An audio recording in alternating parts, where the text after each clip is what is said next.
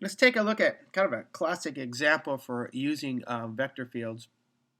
And this is Newton's law of universal gravitation. This capital G is a universal gravitational constant, and little m and big M are the mass of two objects, and r is the radius or the distance between these two objects.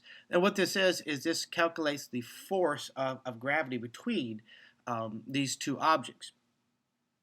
So I want to think about this in terms of a vector field to visualize what's happening with the force of gravity, specifically as we get farther and farther, or the distance between these two objects get farther and farther apart. Now, I can think of r, obviously I'm in 3 space, so r, the radius is going to be x, y, z. That would imply then that, the vector r, I should say, that r, the radius, is simply going to be equal to the magnitude of the vector r, which obviously then implies that r squared equals the magnitude of the vector r squared. Now, this right here is just a constant, so I'm going to represent this as a negative s. So I'm going to write this as f equals a negative s. Well, obviously with my notation, I'm saying that I'm going to use S to represent M, M, G. So this is now negative S over the magnitude of R squared. So see, I just took this and rewrote it now in terms of vectors. But this is still a scalar because this is a magnitude. So I'm going to multiply this by a unit vector.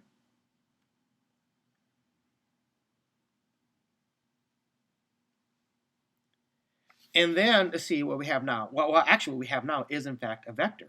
So this is going to be this constant, negative constant s, times the vector r, divided by, this is now the magnitude of r cubed. Now if I take a look at this in component form,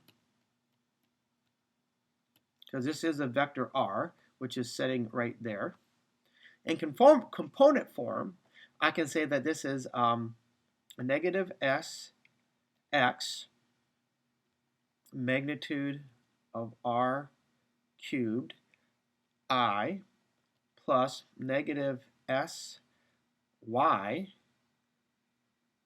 of the magnitude of r cubed j plus a negative s z over the magnitude of r cubed k.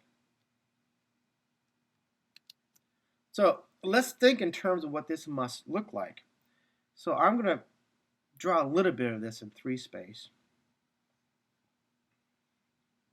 So let's just start off with the point x, y, z. So here's x, y, z somewhere out here in 3 space. There's the point. So the vector r would come out here like this. So this is the vector r. Now, when I look at this,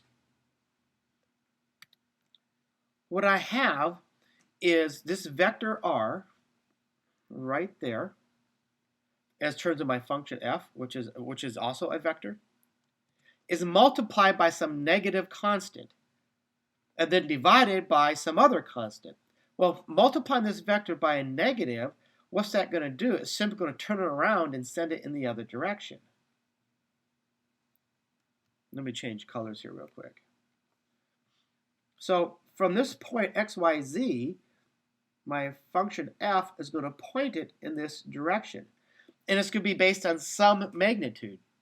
Now this s, this value s, is going to be constant because the mass of these two things are not changing, but r is changing. So as r gets bigger and bigger and bigger, as I get out here farther and farther and farther, I'm scaling it smaller and smaller and smaller. So in general, what I'm expecting, and again, drawing in 3 space is not an easy thing to do. I'm expecting these larger vectors when I'm near here because r is small to begin with, but as I get farther and farther away, I'm expecting to see these vectors getting smaller and smaller and smaller. And each of these vectors represent the force of gravity, the force of attraction between these two bodies. Now, in one of the next videos coming up here, I'm going to go ahead and do all these, particularly this one, on a computer system so we can get a better look at it. And I think you appreciate more just what's going on here.